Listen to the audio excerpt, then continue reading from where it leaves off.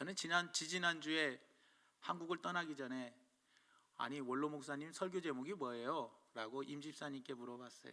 그래 물어봤더니 인생 헛살았군. 상당히 궁금했습니다. 아니 인생을 헛살았다는 설교 내용이 과연 뭘까? 그날 설교한 거 녹화해 놓으세요 하고 녹화를 해놓고 그날 인터넷 홈페이지 뭐 다 들어가서 봤어요. 저녁에 와이파이 터지는 데서 열심히 봤는데 보니까 그래 맞아 하면서 라는 마음이 들었습니다. 저는 요즘에 원로 목사님을 이렇게 바라보면서 이런 마음을 먹었어요. 과연 늙어가는 게 무엇일까?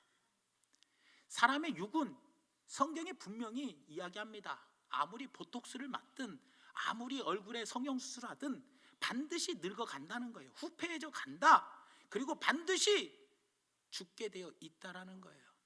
그런데 문제는 뭐냐? 영적인 것은 아니래요.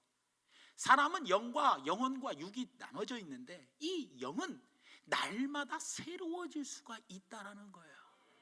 그러니까 우리가 늙어가는 것은, 육이 늙어가는 것은 어떻게 막을 수가 없는 거지만 영이 건강해질 수 있는 것은 얼마든지 우리가 만들어 나갈 수 있다라는 거예요. 그렇다면 내가 제 인생을 한번 돌아봤어요. 원로 목사님을 보면서 그래 맞아, 내가 지금 나이가 이렇게 점점 늙어가면서 내가 건강함이 무엇이 건강해야 하나 한번 생각해 보았을 때 당연히 내가 건강한 것은 육도 건강해야 하지만 영이 주님 앞에 섰을 때 칭찬받으려면 영이 건강해야겠구나라는 생각을 더 하게 되었어요. 그렇다면 과연 내가 늙어갈 때 어떻게 늙어가는 것이 더 바람직한 늙어감일까라고 생각해 보면서 한 사람의 인물이 떠오르더라고요. 그 사람이 바로 누구냐? 지미 카터 대통령입니다. 미국의 39대 대통령으로 미국 역대상 최악의 대통령으로 완전히 국민들에게 현직에 있을 때 가장 욕을 가장 많이 먹은 사람이 바로 지미 카터 대통령이에요. 그런데 이 지미 카터 대통령이 은퇴를 하고 나서 퇴임을 하고 나서 그가 펼쳤던 일들이 얼마나 많은 일들이었냐? 분쟁 국가에 가서 분쟁의 문제를 해결하고, 우리나라도 남북한의 핵 때문에 긴장이 엄청나게 되어 있을 때 지미 카터 대통령이 미국에 가가지고 긴장을 완화시키고, 그리고 망치를 들어라 라는 구호를 외치며 헤비타트 운동을 하며 집 없는 사람 집 지어주는 사역을 하면서 이 지미 카터 대통령은 현직에 있을 때에는, 대통령으로 있을 때는 최악의 대통령이라며 모든 사람들에게 비난을 받았지만 퇴임을 하고 나서 그 지미 카터 대통령은 어떻게 했어요? 최고의 대통령. 그래서 99년도에 자유의 대통령 메달을 수상을 했고 2002년도에는 노벨 평화상을 수상받을 정도로 앞으로 길이 역사에 남을 존경받을 만한 대통령으로 이미 역사에 기록이 되어버렸더라는 겁니다. 단풍이 떨어질 때 가장 아름답다고 이야기합니다. 지미 카터 대통령은 단풍과 같이 노년의 가장 아름다운 모습을 우리에게 보여주었더라는 겁니다. 제가 오늘 왜 이 말씀을 드리느냐? 우리도 예수님을 믿는 사람으로서 나에게 있어서 건강한 나이듦이란 바로 무엇일까? 내가 건강하게 나이 들어가는 것이 과연 무엇일까 생각해 보니까 그것이 바로 내가 기준이 되어 주어야 되겠더라는 거예요. 내가 기준이 되어서 남들이 나의 모습을 보면서 맞아, 우리 목사님 같이 이럴 때는 이렇게 살아야 돼. 이런 어려운 일을 당할 때에는 맞아, 우리 목사님 같이 저렇게 행동을 해야 돼. 이렇게 어떤 이런 큰 문제에 봉착했을 때 이럴 때에는 우리 목사님 같이 이렇게 행동하면 되는 거야. 이런 좋은 일이 있을 때에는 이렇게 좋은 일들이 있을 땐 우리 목사님 같이 저렇게 살아야 돼 하면서 내 스스로가 기준이 되어줄 때 그게 바로 나는 건강하게 나이 들어가고 있다라는 거예요. 그런데 그와 반대로 나는 우리 목사님 같이 살기 싫어, 어떻게 저렇게 할 수가 있어? 라고 이야기한다면 내 모습은 기준이 되어주지 못하기 때문에 건강하게 나이 들어가는 것이 아니라 병 들어가게 되어 있더라는 거예요. 항상 사람은 뭐예요? 자기 나이에 책임을 진다고 하지만 사람은요, 나이 들어가는 것이 상당히 겁이 납니다. 왜 겁이 나냐? 나이가 들면 들수록 내 나이에 책임을 져야 하기 때문이에요. 이 책임은요, 내가 앉을래 앉을 수가 없어요. 사람은요, 나이가 들면서 반드시 많은 사람들로부터 어떤 좋은 것을, 혜택을 누릴 수도 있습니다. 여러분들, 나이가 들면서 어떤 특권을 누리지만 그와 반면에 책임도 함께 따른다는 거예요. 그럴 때 많은 믿음의 후배들이 우리의 모습을 보면서 아, 저렇게 살아야지, 저게 맞아, 저게 정답이야 라는 삶을 살아야 돼요. 그래서 우리는 나이가 들면 들수록 우리에게 뭐 해야 돼요? 정답이라는 것을 많이 가져야 돼요. 정답이라는 것을 많이 가져서 이 정답대로 기준에 서 있을 때, 그때 많은 사람들이 우리의 모습을 보며 어떻게 해요? 맞아, 직장 생활은 저렇게 해야 돼. 맞아, 사업은 저렇게 해야 돼. 맞아, 가정에서는 저렇게 해야 돼. 그래, 맞다, 교회에서 신앙생활할 때에는 이렇게 해야 하는구나. 나는 정답을 알고 있는 대로 그 정답을 많은 사람들에게 전파할 때, 보여줄 때, 그 사람들이 나의 모습을 보고 맞아, 직장생활은 저 A 집사님 같이 해야 돼. 맞아, 사업장 운영은 저 B 집사님 같이 해야 돼. 그래, 맞아, 신앙생활은 저 C 집사님 같이 해야 돼. 맞아, 가정생활은 저 사람보다는 저 집사님 같이 가장으로서 저렇게 살아야 돼 라는 모습을 우리가 보여줘야 한다는 거예요. 그런데 내가 건강하게 나이 들어가지 못한다는 건 뭐냐? 많은 사람들이 나의 모습을 보면서 에휴, 불쌍한 인간, 어떻게 신앙생활을 저렇게 하냐? 아이고, 어떻게 직장에 가서 저렇게 욕먹으면서 직장생활하냐? 아이고, 가정에서 자식들한테 존경도 못 받고 어떻게 저렇게 사냐? 하면서 사람들이 뭐예요? 나는 그 가정을, 그 사람을 본받고 싶지 않는다면, 나는 사람들에게 뭐가 되어주지 못했기 때문에, 기준이 되어주지 못했기 때문에, 나는 건강하게 나이 들어가는 것이 아니라 육은 늙어가고 있지만 영은 건강해야 하는데, 건강하게 나이 들어가는 게 아니라 병들면서 나이 들어가더라는 거예요. 사랑하는 여러분, 암흑시대라는 시대가 어떤 시대입니까? 기준이 되어야 줘야 할 사람들이 기준이 되어주지 못하니까 그 시대는 암흑시대가 되는 겁니다. 옛날에 우리나라가 그렇게 묻지마 살인부터 시작해서 어떻게 감히 중고등학생들을 돈 주고 어떻게 그 매춘을 합니까? 여러분, 있을 수 없는 일이었어요. 원조교제라는 것은 있을 수 없는 일이에요. 옛날에 여러분들 남녀가 길거리 가면서 손도 못 잡고 갔어요. 남녀 7세 부동석이었어요. 지금은 길거리 다니면서 둘이 끌어안고 떨어지지를 않는 모습을 얼마나 많이 봅니까? 여러분, 세상이 왜 이렇게 악해져 갔나요? 기준을 잡아줘야 할 어른들이 기준을 잡아주지 않으니까, 정답을 보여주지 않으니까 다음 세대들이 자꾸 뭐예요? 기준을 보지 못하니까, 정답을 보지 못하니까 영화를 봐도 폭력물이고, 드라마를 봐도 맨날 뭐예요?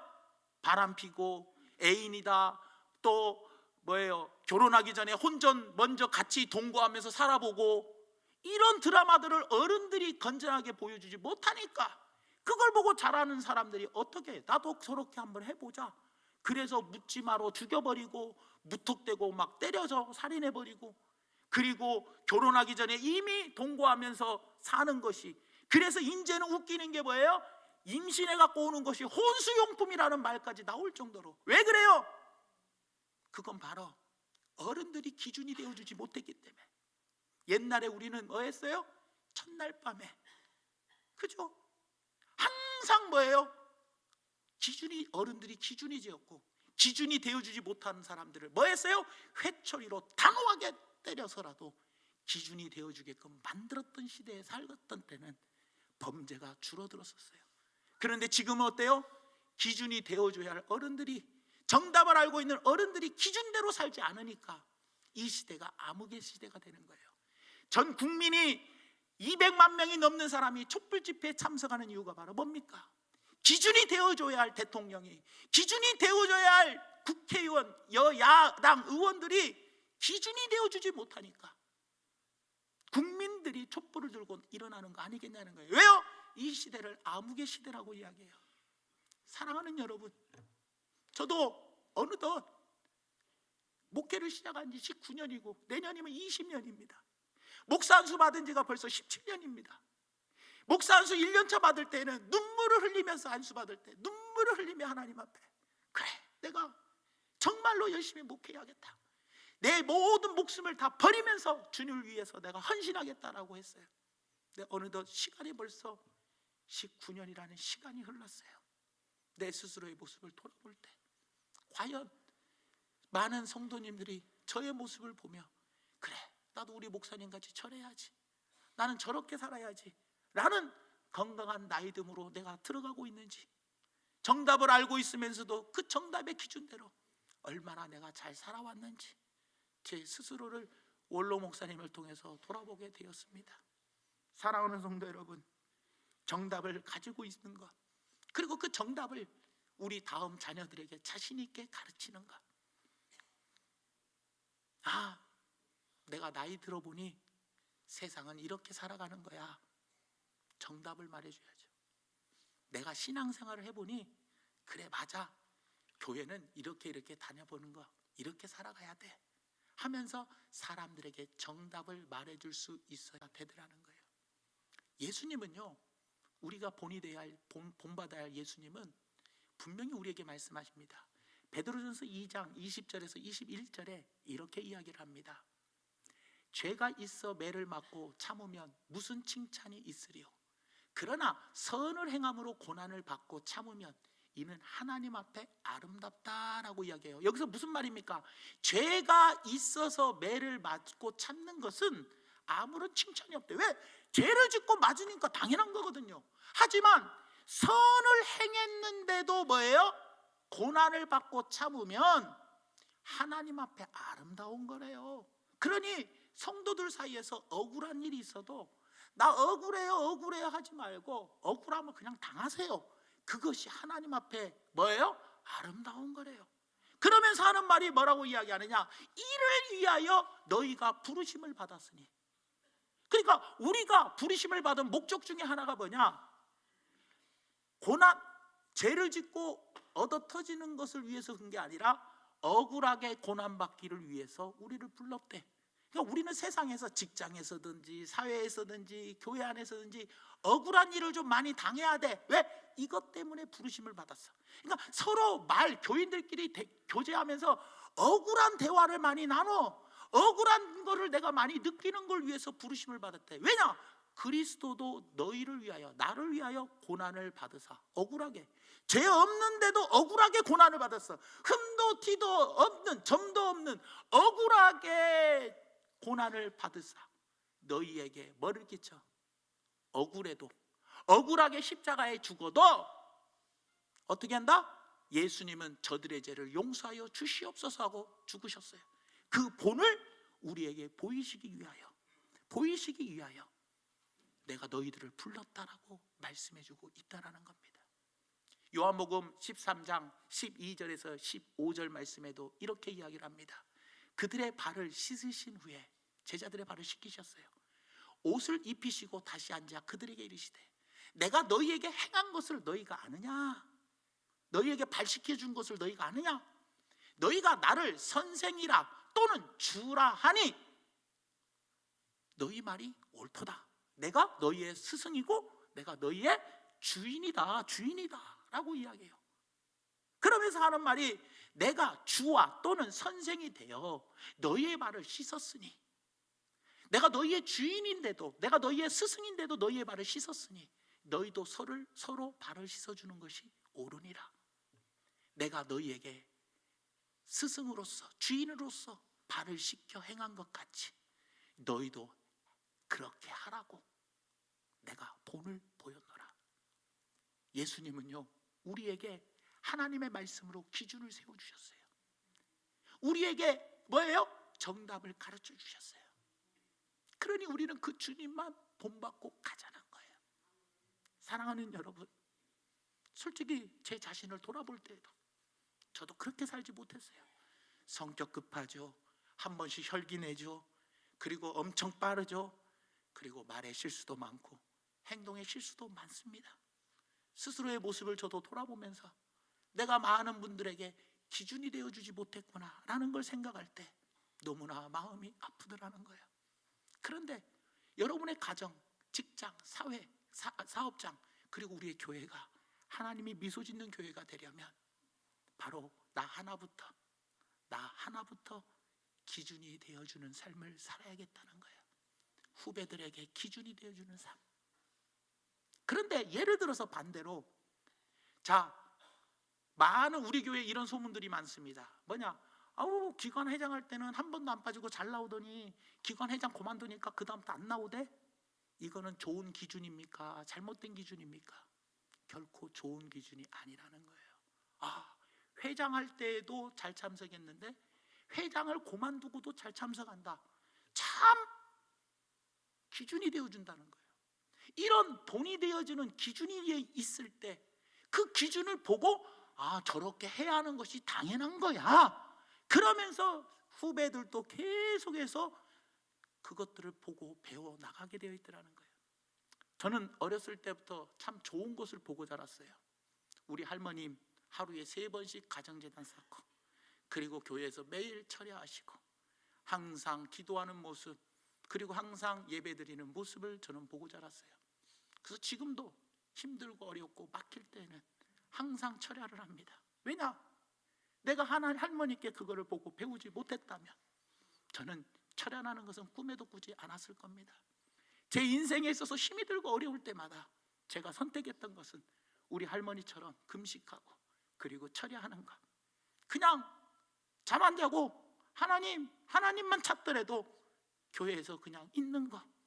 저는 할머니에게 그것을 보고 어렸을 때부터 20년을 자랐기 때문에 제가 지금 할 수 있는 것 저도 없습니다. 그냥 본 거대로 저도 할 뿐입니다. 저도 가만히 제 삶을 돌아보면 원로 목사님의 성품이 많이 나옵니다. 왜? 보고 배운 것이 그거밖에 없기 때문에. 하지만 무엇이 좋은 거고 무엇이 나쁜 것을 구분하기에 나름대로 노력하고 있는 가운데 있습니다. 사랑하는 성도 여러분, 비록 육은 늙어가고 그리고 육은 후패해져 갑니다. 병들어서 지난주 원로 목사님 말씀처럼 죽습니다. 하지만 영은 날마다 새로워집니다. 이 영이 주님 앞에 섭니다. 그렇다면 사랑하는 성도 여러분, 육은 이미 늙어가니 놔두고 하나님께 맡기고 내 영을 위해서, 영의 건강한 나이 들매 위해서 한 번쯤 내 스스로의 영을 생각해 봤으면 좋겠습니다. 건강한 거 좋습니다. 하지만 내가 건강하게 나이 들어가고 있다는 것이 과연 무엇일까? 내가 한번 생각해 볼 때, 하나님의 말씀이 기준이 되었으니 알고 있는 정답대로만 내가 서 있어 주기만 하면, 내가 그렇게 외쳐주기만 한다면 많은 사람들이 나의 모습을 보고 나는 저분같이 돼야지, 나는 저분같이 되지 말아야지 라는 결론이 나올 겁니다. 과연 여러분들은 믿음의 후배들이 바라봤을 때 나는 저분같이 저렇게 살아야겠다, 나는 저분같이 살지 말아야겠다 라는 어떤 기준들이 후배들에게 잡혀 있을 겁니다. 내가 기준이 되어오고 있는가? 나같이 예수 믿어도 괜찮나? 내가 신앙의 좋은 모델이 되고 있는가? 우리 스스로를 돌아봐야 할 필요가 있더라는 거예요. 사도 바울은 오늘 본문 말씀에 이렇게 이야기합니다. 오늘 32절부터 1절까지 한번 우리가 살펴보면, 유대인에게나 헬라인에게나 하나님의 교회나 내 스스로가 거치는 자가 되지 말라는 거예요. 유대인이나 헬라인에게나 하나님의 교회나 내가 나이 들어가면서 거치는 자가 되면 안 되고, 그리고 나와 같이 모든 일에 모든 사람을 뭐하게 하여? 기쁘게 하여 자신의 유익을 구하지 아니하고 많은 사람의 유익을 구하여 그들로 구원을 받게 해야 한다는 거예요. 왜냐? 내가 기준이 되어줘야 하기 때문에요.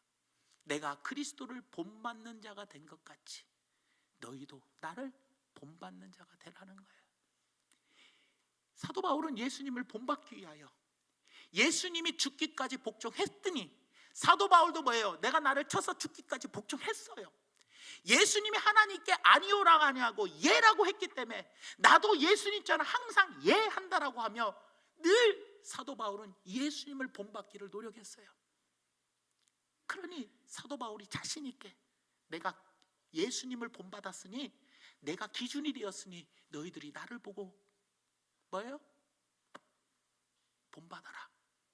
그래서 사도 바울의 마지막 죽기 전에 고백이 뭡니까?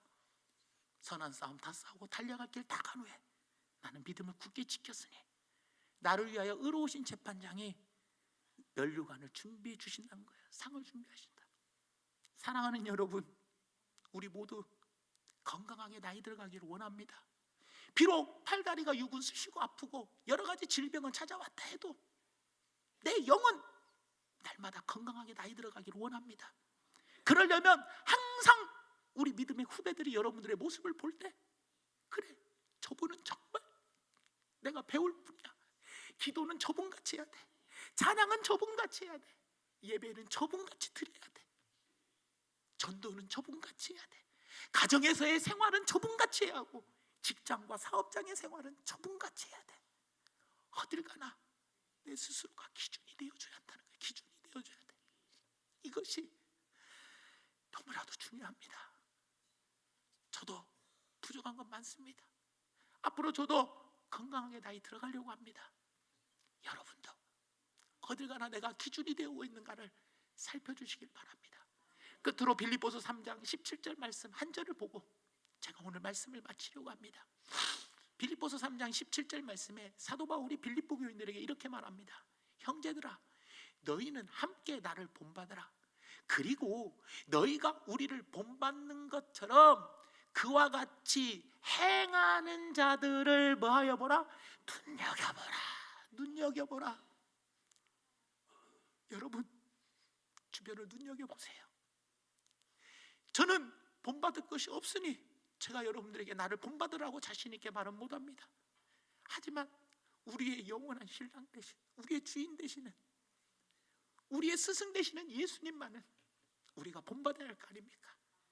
주님이 부당하게 애매하게 고난을 당해도, 억울하게 고난을 당해도 말없이 고난을 겪었던 것처럼, 주님의 말씀, 하나님 말씀에 순종했던 것처럼, 그리고 예수님이 주인이신데 스승이신데도 제자들의 발을 손수 닦아주셨던 것, 그 본을 보여주신 것처럼 우리들도 그 주님을 본받아 주변 믿음의 후배들에게 얘들아, 너희들은 나를 본받는 자가 되라. 그리고 그런 자들을 눈여겨봐라라고 사도 바울처럼 자신 있게 고백하여 사도 바울처럼 자신 있게 고백하여 우리 모두가 다 건강하게 나이 들어가는 중앙교회 성도님들 되시기를 예수님의 이름으로 축원합니다.